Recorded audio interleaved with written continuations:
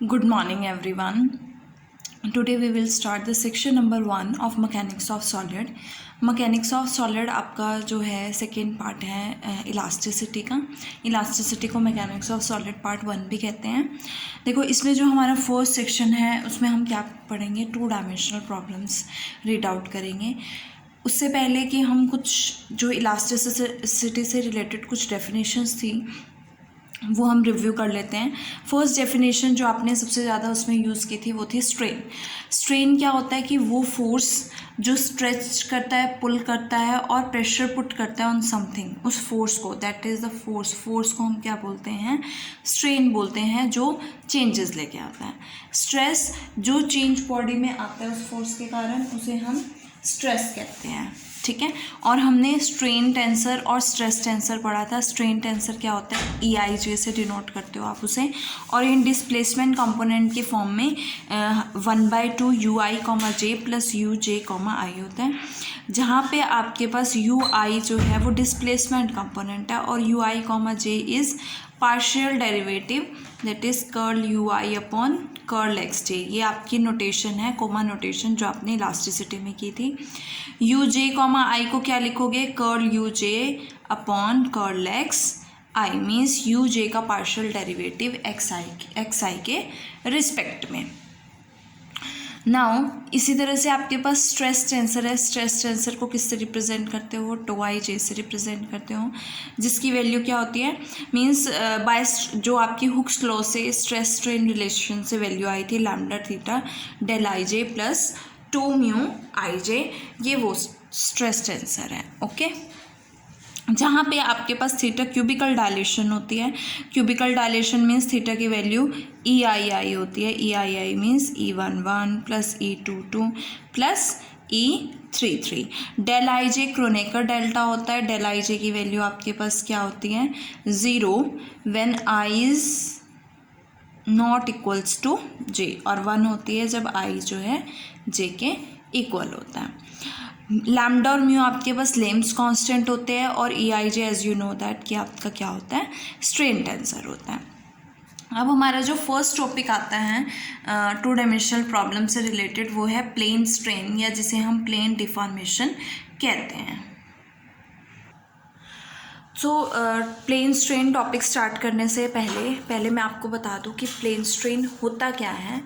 Plane strain actually क्या है, it is the deformation of a body in which displacements of all the points in the body are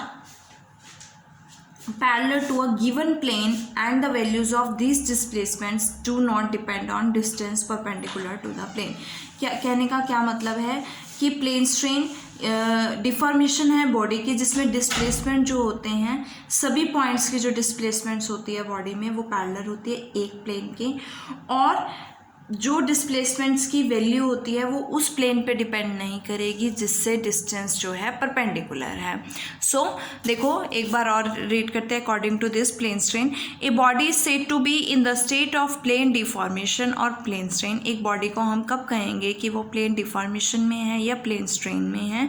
parallel to, किस plane के parallel है, x1 x2 plane के parallel है. जो वो distance जो जिस प्लेन के परपेंडिकुलर होगा, अब ये किसके परपेंडिकुलर होगा, x3 के परपेंडिकुलर होगा.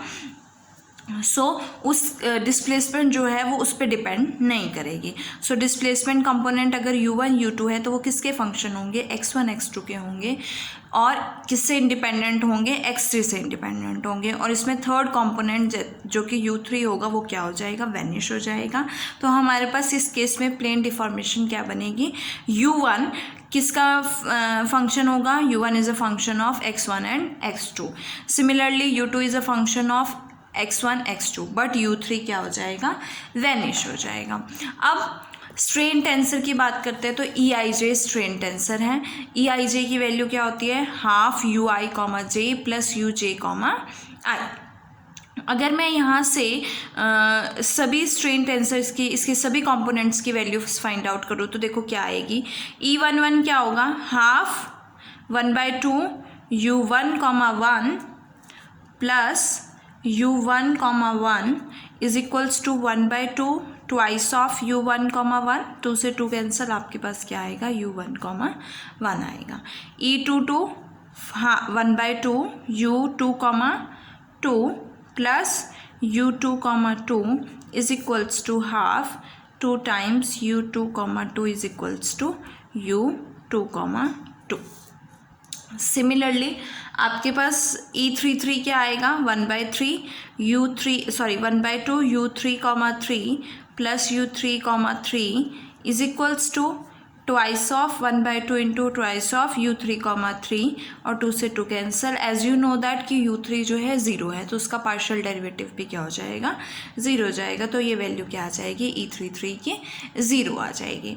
e12 क्या बनेगा 1/2 u1 comma 2 plus u2 comma 1, जिसे हम क्या लिखेंगे 1/2 u1 और u2 दोनों ही x1 x2 के फंक्शंस हैं, तो हम लिख सकते हैं इसका partial derivative curl u1 upon curl x2 plus curl u2 upon curl x1।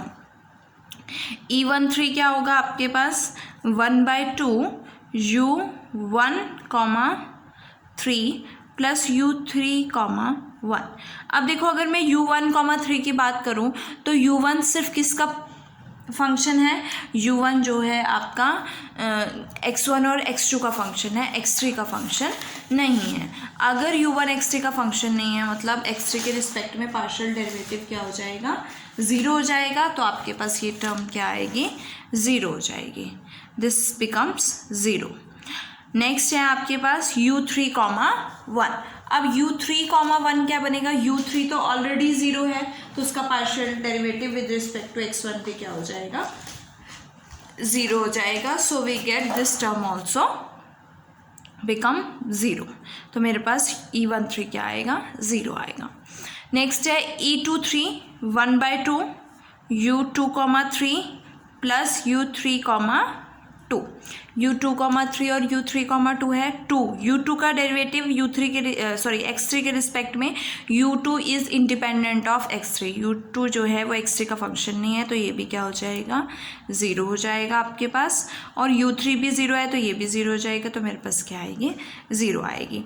तो देखो यहाँ से आपके पास e11 e22 e33 0 हो रहा है, e12 है, e13 और e23 मीन्स सभी 3 वाले टर्म्स क्या हो रही हैं 0 हो रही है। तो कॉम्पैक्ट फॉर्म में हम क्या लिख सकते हैं इन सभी इक्वेशंस को कि हमारा जो e अल्फ़ा बीटा है वो किसके इक्वल होगा 1/2 u alpha comma beta plus u beta comma alpha, जहाँ पे अल्फ़ा कॉमा बीटा क्या होगा 1,2 होगा, 3 नहीं आएगा।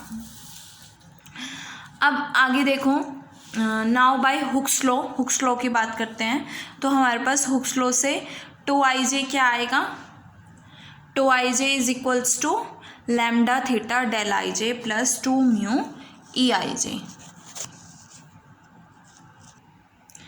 अब मेरे पास हुक्स लॉ से as you know that Hooke's law क्या कहता है, tau I j is equals to lambda theta del I j plus 2 mu i j, और इसे हम स्ट्रेस स्ट्रेन रिलेशन भी कहते हैं। मैंने आपको भी बताया कि थीटा क्यूबिकल डायलेशन होती है, डेल आई जे क्रोनेकर डेल्टा होता है, लैम्डा म्यू लेम्स कांस्टेंट है, ई आई जे स्ट्रेस स्ट्रेन टेंसर है और टो आई जे स्ट्रेस टेंसर है। अब यहाँ से हम फाइंड आउट करेंगे थीटा क्या है e11 plus e22 plus e33, तो थीटा की वैल्यू सब्सटीट्यूट करोगे आपके पास क्या आएगा e11 plus e22 plus e33 del आई जे प्लस 2 म्यू ई आई जे।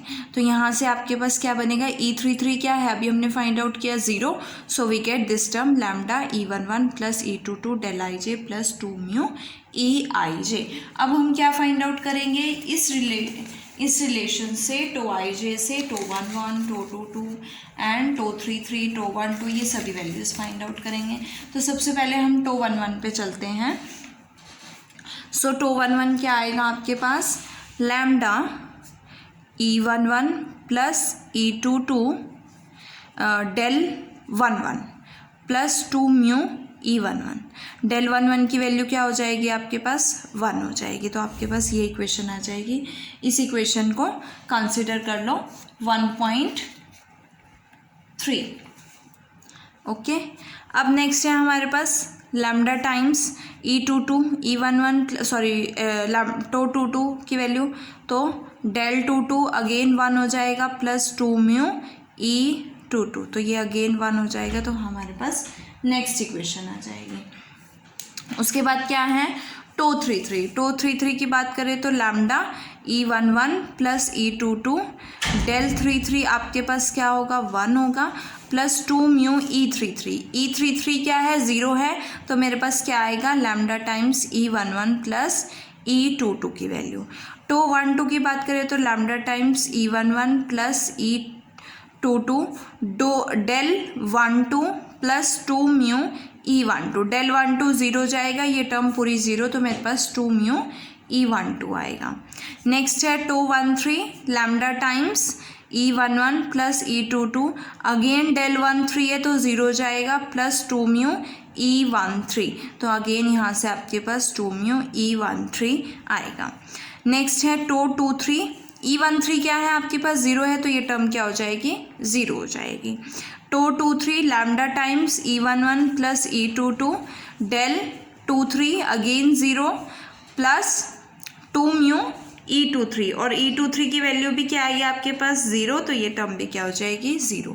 अगेन आपके पास ये सारी वैल्यूज़ जो हैं, देखो सिर्फ टो 33 को छोड़ के सारी वैल्यूज़ क्या है सिर्फ 1 और 2 पे ही डिपेंडेंट है।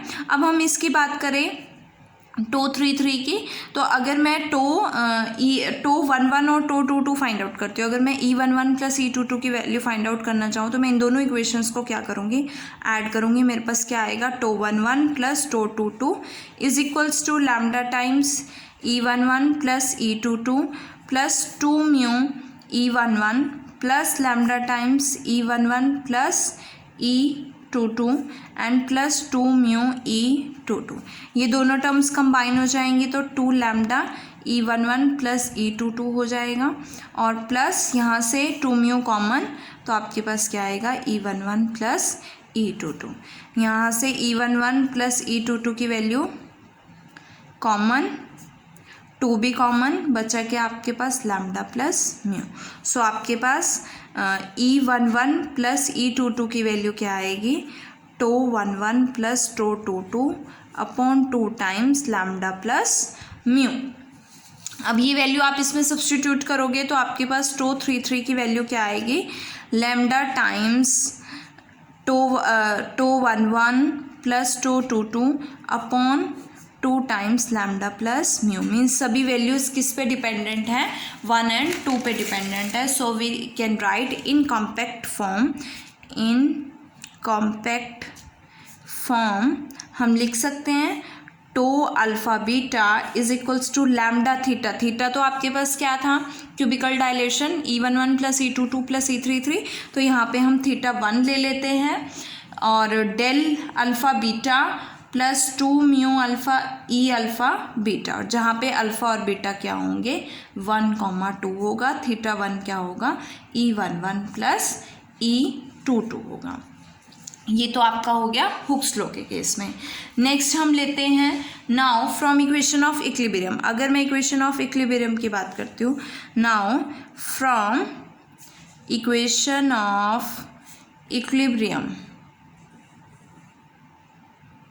ठीक है, इक्वेशन ऑफ इक्विलिब्रियम की बात करूँ तो आपके पास इक्वेशन ऑफ इक्विलिब्रियम क्या होती है tau I J comma J plus F I is equals to 0। अगर मैं आई को 1 लेती हूँ तो मेरे पास क्या आएगा tau 1 J comma J plus F1 is equals to 0। इसको ओपन करोगे tau 1 1 comma 1 plus tau 1 2 comma 2 plus F1 is equals to 0। I को 2 सब्सटीट्यूट करोगे तो आपके पास क्या आएगा tau 2 J comma J plus F2 is equals to 0, और which implies tau 2 1 comma 1 plus tau 2 2 comma 2 plus F2 is equals to 0। Third की बात करते हैं तो I इज इक्वल टू 3 के लिए tau 3 J comma J plus F3 is equal to 0, आपके पास क्या आएगा tau 3 1 comma 1 plus tau 3 2 comma 2 plus F3 is equal to 0। देखो टो 3 1 भी 0 है, टो 3 2 भी 0 है, तो ये दोनों टर्म्स तो 0 होगी, तो आपके पास F3 क्या आ जाएगा 0 आ जाएगा, मतलब आपकी इक्वेशन ऑफ इक्विलिब्रियम भी इंडिपेंडेंट हो गई है 3 से। So we can write in compact form, हम लिख सकते हैं in compact form tau alpha beta comma beta plus F alpha is equals to 0 for alpha comma beta is equals to 1 comma 2। मैंने आपको बताया था कि टो को कई प्लेसेस पे मैंने टी भी लिखा हुआ है, so it can be taken as tau. अब आती है हमारे पास next Navier equation of equilibrium. ठीक है, Navier equation of equilibrium. Navier equation of equilibrium किसकी फॉर्म में ले रहे हैं हम?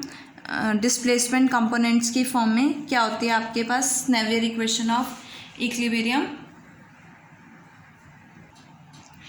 देखो, नेवियर इक्वेशन ऑफ इक्विलिब्रियम के लिए टो 1 की वैल्यू हमने फाइंड आउट की है, that is lambda times E11 plus E22, जो स्टार्टिंग में आपने टो 1 की वैल्यू फाइंड आउट की है, प्लस 2 म्यू E11। इसको डिस्प्लेसमेंट कंपोनेंट्स की फॉर्म में लिखना है, तो क्या आएगा? E11 U1, E22 U2, 2 and plus 2 mu U1, 1 बनेगा। सिमिलरली टो 2 की वैल्यू की बात करें तो lambda times U1, 1 plus U2, 2 plus 2 mu U2, 2। और अगर मैं टो 1 की बात करूं तो आपके पास 2 म्यू E12 है, और E12 को क्या लिखोगे? Half U1, 2 plus U2, 1। ये सभी आपके पास 1 और 2 में है। अब हम थर्ड की अगर मैं बात करूँ, इन दोनों ही अगर मैं वैल्यूज़ को टो 1 और टो 12 को अगर मैं इस इक्वेशन में सब्स्टिट्यूट करूँ, इक्वेशन नंबर 1.12 जो कि आपके पास है टो 1, इस इक्वेशन में अगर मैं सब्स्टिट्यूट करूँ तो मेरे पास देखो क्या आएगा। टो 1 आपके पास क्या है? Tau 1, 1 plus tau 1, 2 plus F1। तो सब्स्टिट्यूट करो वैल्यू। टो 1 की वैल्यू क्या है? Lambda times E11 plus U की टर्म्स में लिखना है, डिस्प्लेसमेंट की टर्म्स में lambda times U1, 1 plus U2, 2। इसका पार्शियल डेरिवेटिव 1 के रिस्पेक्ट में, लैम्डा तो आपके पास कांस्टेंट है। उसके बाद क्या है? प्लस 2 म्यू U1, क्या बनेगा?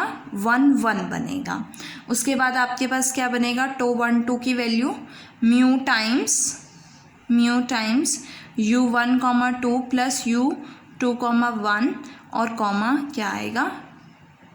2 आएगा। अब आपके पास क्या है? इसको सॉल्व करोगे तो क्या बनेगा? देखो, फर्स्ट इक्वेशन को एज इट इज़ लिखो, lambda times U1, 1 plus U2, 2, 1। इसको लिख दो 2 टाइम्स ट्वाइस है तो म्यू U1, 1 लिख दो प्लस म्यू U1, 1। इसको ओपन करोगे mu U1, 2 plus mu U2, 1। इसको आप लिख सकते हो mu times U2, partial derivative है U2, 2, 1 लिख सकते हो। अगर मैं इसको इसके साथ कंबाइन करूँ तो देखो क्या आएगा। यहाँ से तो आपके पास लैम्डा टाइम्स U है, म्यू नहीं है, U1, 1 प्लस U2, 2, 1 प्लस यहाँ से आपके पास क्या आएगा? म्यू टाइम्स U1, 1 प्लस और इसका 1 प्लस म्यू U2, 2 और ये 1। ऐसे ही इन दोनों को कंबाइन करोगे तो आपके पास क्या आएगा? म्यू U1, 1 यहाँ से तो म्यू कॉमन ले लो, U1, 2 प्लस आपके पास क्या है? F1 है इज इक्वल्स टू 0। अब यहाँ से lambda times U1, 1 plus U2, 2, 1 plus यहाँ से म्यू कॉमन लोगे तो आपके पास क्या बनेगा? U1, 1 प्लस U2, 2, 1 और ये किसकी वैल्यू बनी है? डेल स्क्वायर U1 की वैल्यू बनी है plus F1 is equals to 0। इन दोनों को कंबाइन देखो, कॉमन लोगे, ये टर्म कॉमन आ रही है तो लैम्डा प्लस म्यू टाइम्स आपके पास क्या आएगा? U1, 1 plus U2, 2, 1 plus mu times del square U1 plus F1 is equals to 0। इसको लिख सकते हो lambda plus mu curled by curled x1 u1 comma 1 plus u2 comma 2 plus mu times del square u1 plus F1 is equal to 0। ये किसकी value है? Theta की value. इसको e11 और e22 लिख सकते हो। ये थीटा 1 की वैल्यू है, so we can write lambda plus mu curl theta 1 upon curl x1 plus mu times del square u1 plus F1 is equal to 0। यहाँ पे थीटा 1 की वैल्यू क्या हो जाएगी? e11 plus e22। अब जैसे आपने ये वैल्यूज़ इस इक्वेशन में सब्सटीट्यूट की है, इससे next equation that is tau two 1,1 plus tau two 2,2 plus F2 में सब्सटीट्यूट करोगे। सेम वे में आपने प्रोसीड करना है और प्रोसीड करने के बाद आपके पास जो इक्वेशन आएगी वो क्या बनेगी? Lambda plus mu curl theta 1 upon क्या बनेगा? Curl x2 plus mu times del square u2 sorry यहाँ F1 है plus F2 is equal to 0 नहीं F2 है सॉरी, ठीक है। यहाँ से ये इक्वेशन आएगी। अब ये दोनों इक्वेशंस को कंबाइन करोगे तो इन कॉम्पैक्ट फॉर्म में आप लिख सकते हो lambda plus mu curl theta 1 upon curl x alpha plus mu del square u alpha plus f alpha is equals to 0। ये आपके पास थी कॉम्पैक्ट फॉर्म में। तो हमने एक 2 डायमेंशनल प्लेन डिफॉर्मेशन को सॉल्व किया है। अब देखो यहाँ से आपके पास प्लेन स्ट्रेन और प्लेन डिफॉर्मेशन की प्रॉब्लम सॉर्ट आउट हो जाती है। अब नेक्स्ट टॉपिक जो हमारा होगा वो प्लेन स्ट्रेस का होगा, स्ट्रेस के लिए करेंगे।